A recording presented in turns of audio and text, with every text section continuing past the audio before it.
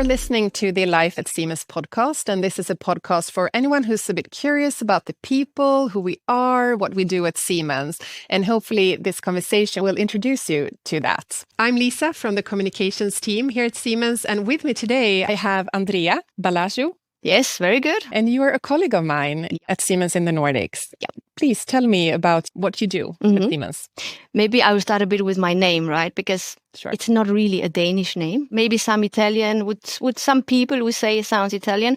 I'm originally from Romania, and I actually started in Siemens in Romania as a graduate or almost graduate student. But this is actually 20 years ago now in March. Have your career been with Siemens all along? More or less, yes. I think about a year later, I moved to Denmark, and I was really lucky to be able to continue to work for Siemens also here in Denmark. And time just passes by. Was 1 year out at some point, trying to see a little bit where the grass could be greener. It was an interesting experience. I mean, surely it's easier to do mistakes in another place, and then when I returned, I was already a bit wiser on several topics, including the leadership aspect. So honestly, Siemens have been a part of my work life and more than that. And I'm still happy to be here. So what is your current role? Yes. So currently I am heading a business unit called Electrification and Automation for the Danish market.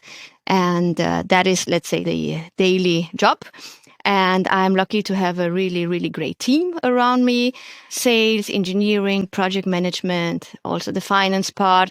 And we are together trying to, enable the Danish green technology transformation, sustaining the sustainability goals of Denmark, making this possible from our side of the business.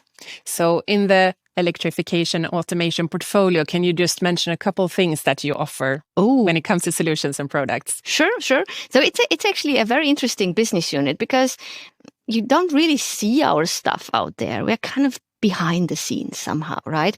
But we are enabling a lot of things, including the light in the bulbs. To be honest, so this, this Maslow's pyramid of needs. Now everybody's kind of joking that Wi-Fi is at the base of it, which my kids will swear on. But then I also tell my kids, hey, yeah, it's good with Wi-Fi, but if you don't have electricity to power this up, then what? So basically what we do is really serving the society with a really, really important resource. And we have, from portfolio perspective, let's say the heavy metal part, also known as switchgear.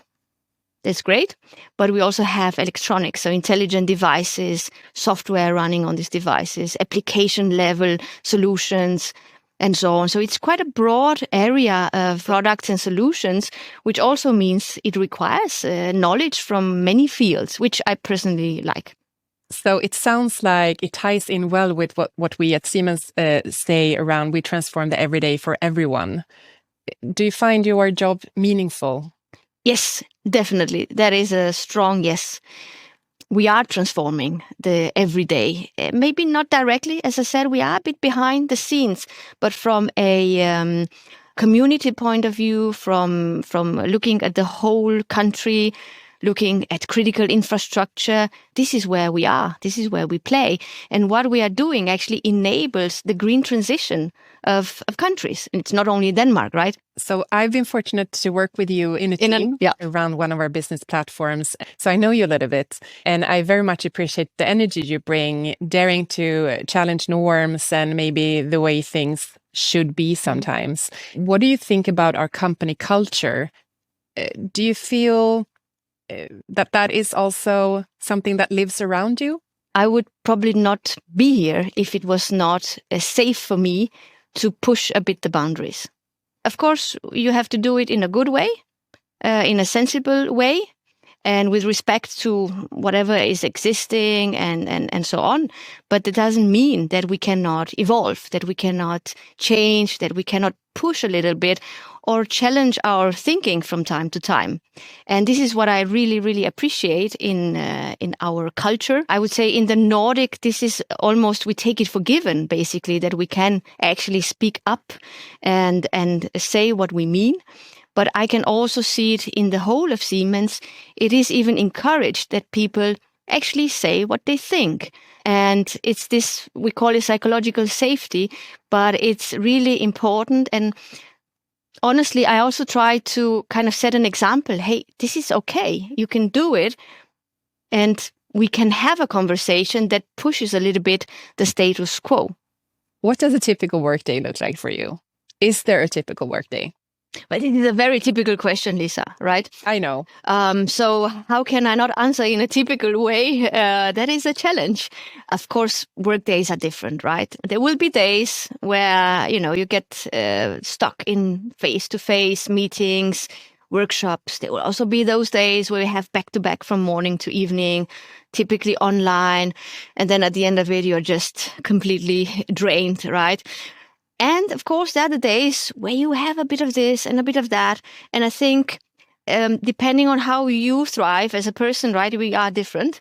For me, those are the days that are most interesting because they are a variation of things. And the interaction with others is very important for me. Is how I also feel I bring some value at the table. This is the days that give me most energy, basically. But you must also have clear expectations on you as a leader, for a team, for a business unit. How do you manage and relate to those expectations? Yeah, I mean, of course, we have performance goals, we have KPIs, we have all that, and it's normal, I would say. And we all need to perform, we all need to deliver on a lot of things, actually. And what I appreciate mostly about Siemens is that there is this framework, so you kind of know your framework, but how you achieve these goals, you have almost full autonomy on that. When, how, with what resources, this is for you to kind of act in this field and find out. And there are a lot of things to learn from. There are a lot of people to learn from. But in the end, the goal is there. How you achieve it is your own, let's say, part of the story. And this is what I appreciate, this autonomy that is given to us. What do you enjoy most in your role that you have today? Tempting to say the coffee, but aside from the coffee, so what brings me to work every day with a smile on my face is my colleagues. So the people that we have around, because we have this portfolio, we have, our know-how and so on. But in the end, everything happens in interaction with others.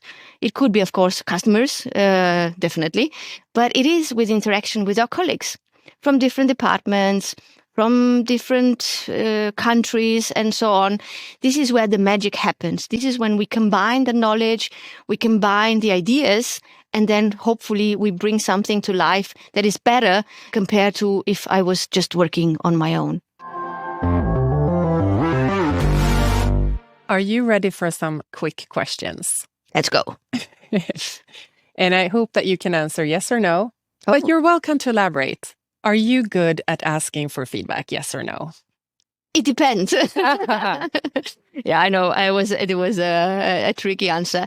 Well, I think I am definitely good at giving feedback, but asking for feedback, I still have it, on an improvement list.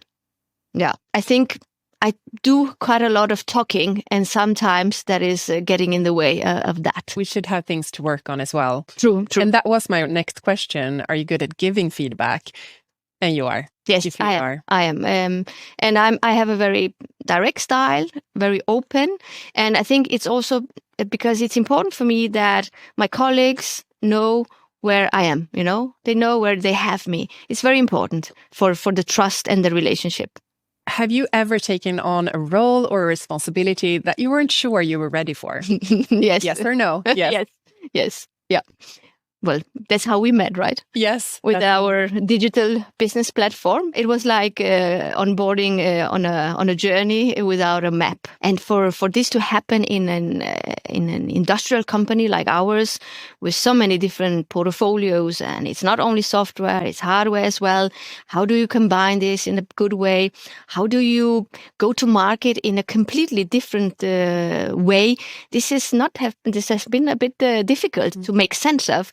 But I think we are managing slowly to make sense of it and to get a bit more crystal view of what it is and where we can apply. What made you take the step to jump onto this opportunity despite having some hesitance? Yeah, I mean, for me, I really like this when there's something, like something a bit unclear, something new, something that could maybe shape the future of our company. Of course, I want to be there, right? Even if it's a bit muddy, and even if people look sometimes and say, come on. No, this is where we also need to try ourselves. In the end, it's applying what I have in my baggage, but also evolving by learning from this experience that really challenges you. No answers are written already, so we need to find our way as we go. It seems like you have the right mindset to explore and to learn on the way, for sure. Can work-life balance be achieved? Yes or no? Definitely yes. I would say it's one of the main points in Siemens, this flexibility that you have. So I would never be able to work in a 9-to-5 job because my days are so different, and I need this flexibility to make everything actually work. So I'm really passionate about what I do. I find a real meaningful purpose in what we are doing in Siemens. And this, of course, motivates me. I have a good team. I have good people around me.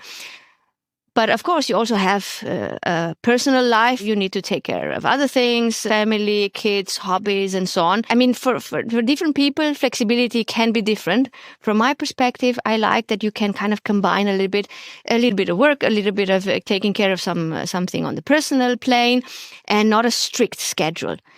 If you want a strict schedule, you can also do that for sure. We have also people that thrive in that kind of setup. But if you are a bit more fluid, then Siemens is the right place to be. And there is an understanding that you need to do something sometimes, to be somewhere. But also, on the other hand, when the company, the customer has an issue, then we are also going to be there. So flexibility kind of goes both ways. I think it's more important as a person to find a balance and to be aware of where that balance is for yourself, of course, and communicate if something is out of balance. Do you invest time in continuous learning? Yes or no? Definitely a yes. And I also encourage others to do so. How do you go about this? So in Siemens, there is a lot of resources. You can find resources to learn about every topic out there. We have a great portal where you can find all kind of courses, materials, and so on. So basically, the information is there. You need to kind of allocate it a bit of time. Apart from that, you need to have this interest because our product solutions are evolving quite fast. So you have to keep a bit yourself up to date. That's one thing.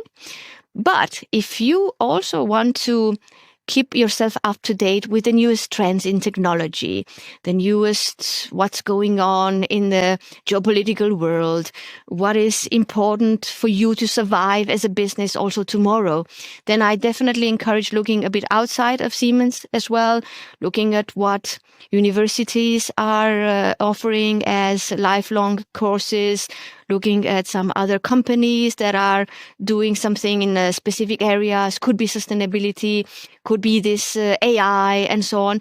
Very important. And for me, it is important that you keep yourself up to date and also participate in these things actively. And I do at least twice a year, I try to get into an outside course, face-to-face, in a classroom setting where I can have these ideas exchange and get some inspiration. Inspiration is important. It keeps you also a bit motivated. Are you a podcast listener? Yes or no? Yes. I have some favorites. Yeah, I do. Is that also a way to learn more for work purposes? I would say it's not completely related directly to work. Most of the podcasts I listen are a bit on the outside. Sounds nice. I don't want to advertise with known podcasts, but I listen to, let's say, I have two favorites. One is about science and astrophysics, and the other one is about neuroscience and psychology. He's a very well-known professor from the US, has some really long podcasts about all kind of interesting topics, lifestyle, mental health. Again, getting a little bit of inspiration from the outside. I can definitely use it at work, but I can also definitely use it, personally. And you can share the names of those podcasts with me after. Yes, I will do. Thank you so much. It was great having a chat with you, Andreea. What are your plans for the rest of the day? Well, thank you for having me here. It was really a pleasure also from my side. Now I'm looking forward for a lunch date with a good colleague of mine here from Sweden. Good discussions. Maybe I will check my inbox just to see if anything urgent pops up. But then I will set the course back for Denmark and enjoy a nice spring weekend.